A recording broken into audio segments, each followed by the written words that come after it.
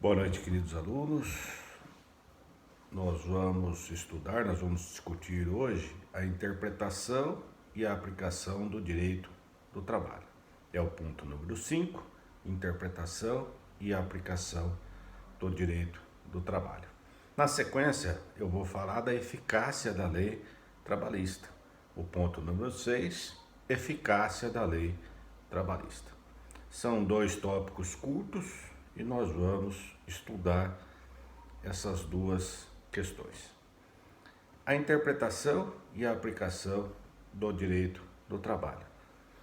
Nós falamos na aula passada do artigo 8º, como que o juiz vai decidir a questão trabalhista, as fontes que o juiz pode utilizar na falta de normas legais ou contratuais, como que o juiz vai julgar essa questão trabalhista. E nós vamos aprofundar o assunto hoje, falando da interpretação e aplicação do direito do trabalho.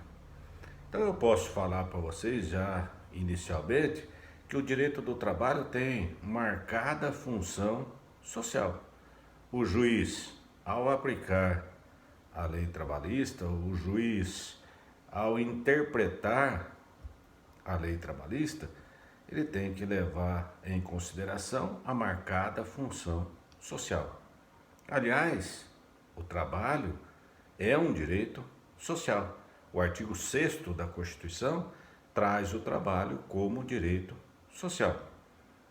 Posso lembrar vocês também da lição de Flávia Piovesan dos direitos indivisíveis, da necessidade de efetivação desse direito social. Então, marcada função social. Outro aspecto que eu posso ressaltar é a questão do bem comum. A interpretação, a aplicação tem que levar em consideração o bem comum, o bem coletivo, o bem comum daquela coletividade. E finalmente eu posso ressaltar que essa aplicação, essa interpretação tem que levar em conta também o interesse público. Então, marcada a função social, o bem comum e a questão do interesse público. Essa é a primeira recomendação para se interpretar o direito do trabalho, para que se aplique essa questão trabalhista. O artigo 8º, parágrafo 2º, traz uma novidade. A reforma introduziu uma advertência. A restrição, súmula, não pode restringir direitos ou não pode criar obrigações. Então eu posso citar a súmula 372 do TST 372, que dizia, por súmula de jurisprudência, que o entendimento dominante era no sentido de que a gratificação de função 10 ou mais anos, a gratificação de função era incorporada à remuneração do trabalhador. Incorporação da gratificação de função na remuneração do trabalhador. A partir da reforma trabalhista, a advertência, olha, não pode restringir direitos e não pode criar obrigações. Então essa interpretação sofreu uma advertência, olha, não pode criar direitos e tampouco criar obrigações. Essa interpretação tem algumas técnicas, tem algumas formas de interpretar. Então eu posso falar assim, a interpretação gramatical, que é o sentido exato do próprio texto. Eu posso falar do artigo 833, inciso 4º do Código de Processo Civil, que traz que o salário, a remuneração é impenhorável. 833, inciso 4º do Código de Processo Civil, a remuneração é impenhorável. Lembrando que o STJ, em diversos julgados, diz o seguinte: olha, é impenhorável até, até que se proporcione dignidade para esse devedor. O que ultrapassar, o que for acima dessa questão, nós vamos reservar determinada quantia para que ele tenha uma subsistência digna. O que ultrapassar esse valor, podemos sim penhorar, podemos sim exercer essa penhora para pagamento desses direitos, tá? Mas se for levar em conta o sentido exato do texto, em princípio eu posso falar que não, ele não pode, a remuneração não pode sofrer penhora, apesar dessas questões, apesar dessas situações, dessas exceções que nós encontramos nos julgados. A interpretação lógica, nós vamos comparar os vários textos legais relacionados à questão analisada. Então, por uma interpretação lógica, nós vamos fazer uma comparação desses vários textos legais. Nós podemos falar da interpretação extensiva, uma análise da amplitude dessa norma, como que essa norma pode ser estendida para esses demais direitos. Eu posso exemplificar a súmula 65. Essa súmula 65 trata do vigia noturno. E essa súmula interpreta que a hora reduzida de 52 minutos e 65 segundos tem aplicação ao caso do vigia noturno. Então, é uma forma de estender essa hora reduzida ao vigia noturno. Eu posso falar da interpretação restritiva, a interpretação que restringe essa aplicação da norma. Eu posso citar a súmula 119 do TST, que diz que a jornada dos bancários, a jornada do bancário, não tem aplicação aos trabalhadores das corretoras de títulos e valores mobiliários. Então, não tem aplicação. A jornada especial dos bancários não se aplica a esses trabalhadores. Eu posso dizer que a súmula 364, inciso 2 do TST, traz uma questão: olha, não posso negociar, não posso receber um percentual do adicional de periculosidade inferior ao fixado do artigo 193 da CLT.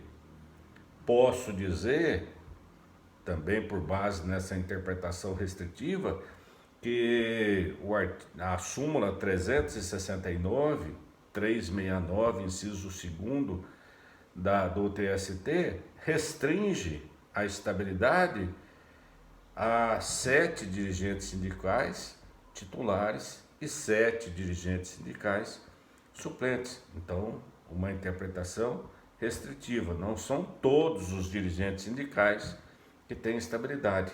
Ficou restrito a 7 titulares e 7 suplentes. Eu posso falar da interpretação autêntica, legal ou legislativa, que é feita pelo próprio órgão que estabeleceu a norma. Então, o próprio órgão vem interpretar essa questão trabalhista. E posso falar da interpretação teleológica, no sentido que o fim objetivado pelo próprio legislador. Qual que foi o fim objetivado pelo próprio legislador? Então, gente, nessa interpretação e aplicação das normas jurídicas ao caso concreto trabalhista, nós vamos investigar então o conteúdo, o sentido, os aspectos da norma, o fato que fez com que fosse editada essa norma. Então, lá na interpretação, nas fontes materiais, eu falei para vocês dos fatos sociais, dos fatos políticos, dos fatos econômicos que fizeram surgir aquela norma. Então, nós vamos investigar esses fatos, nós vamos investigar esse conteúdo, nós vamos investigar esse sentido, esses aspectos legais da aplicação desse direito do trabalho. Então, com base nessa investigação, com base nessa interpretação, com base nessas condições, nós vamos aplicar esse direito do trabalho. Então, essa é a finalidade dessa interpretação e aplicação. Nós encontramos esse ponto, número 5, nas folhas 41 até 43 do livro, então, adotado do livro, então, do Gustavo Felipe Barbosa Garcia. Nós podemos falar também do ponto número 6, que é a eficácia da lei trabalhista, das folhas 46 a 58, e nós podemos falar de dois princípios. Essa eficácia da lei trabalhista traz o princípio da irretroatividade. A lei trabalhista tem aplicação imediata e não retroage. A lei tem efeito imediato e não retroage. Eu posso falar da súmula 441 do TST. Essa súmula 441 traz a questão do aviso prévio proporcional.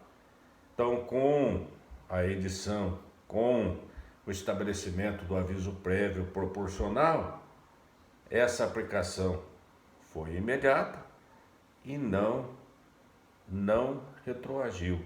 Aplicação imediata e não pode retroagir. Então, esse é o princípio da irretroatividade da lei trabalhista. Então, a eficácia da lei trabalhista tem efeito imediato e não retroage. E posso falar também da eficácia da lei trabalhista no espaço. A eficácia da lei trabalhista no espaço. Como que será feita a relação trabalhista? Como que será feita essa interpretação e aplicação da lei trabalhista? Então, tomando-se por base o local da prestação de serviço. O local da prestação de serviço, a lei vai ser aplicada de acordo com o local da prestação de serviço. Então, a competência é do juiz do trabalho, do local da prestação de serviço. Isso está escrito lá, isso está estabelecido a partir do artigo 651 da CLT. Então, prestação de serviço, local da prestação de serviço, vai gerar a competência para julgamento dessa questão trabalhista. Então, quero ressaltar também para vocês o seguinte: nós, nesses breves encontros, nessas questões que estou passando para vocês, na explicação desses pontos, vocês sempre utilizem as questões encaminhadas, as respostas às questões, utilizem a interpretação desses artigos, utilizem essas súmulas que foram explicadas, que foram citadas, que foram respondidas lá nesse questionário, utilizem as doutrinas que foram indicadas, utilizem as explicações iniciais das aulas presenciais, utilize o texto que eu mandei para vocês, da Flávia Piovesan, utilizem essas questões que eu tenho respondido por e-mail, que eu tenho respondido por mensagens de celular e também no próprio ambiente conhecer. Outra coisa que eu quero falar para vocês é o seguinte: a nossa prova então está marcada para o dia 8 de maio, não sei ainda se será presencial, se será aplicada de forma virtual no ambiente conhecer, mas de qualquer forma nós vamos mais próximo desse momento, nós vamos estipular, eu vou publicar lá na sala virtual a regra do jogo. Podem ficar tranquilos que nós vamos lá esclarecer toda a regra do jogo, como que vai ser feita essa aplicação.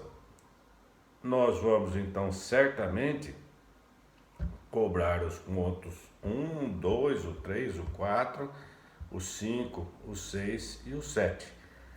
Nós estamos falando então do ponto número 5, do ponto número 6, e no próximo encontro nós vamos começar então o contrato de trabalho.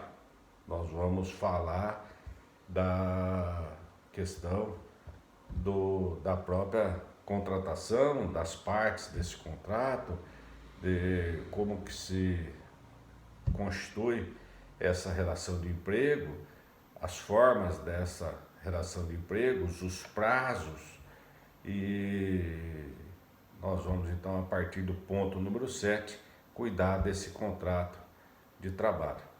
Então, nós vamos falar então do ponto número 1, do breve histórico do direito do trabalho, do ponto número 2, do direito internacional do trabalho, do ponto número 3, das fontes do direito do trabalho, ponto número 4, dos princípios, o ponto número 5, interpretação e aplicação do direito do trabalho, ponto número 6, a eficácia da lei trabalhista, e o ponto número 7, a questão do contrato de trabalho.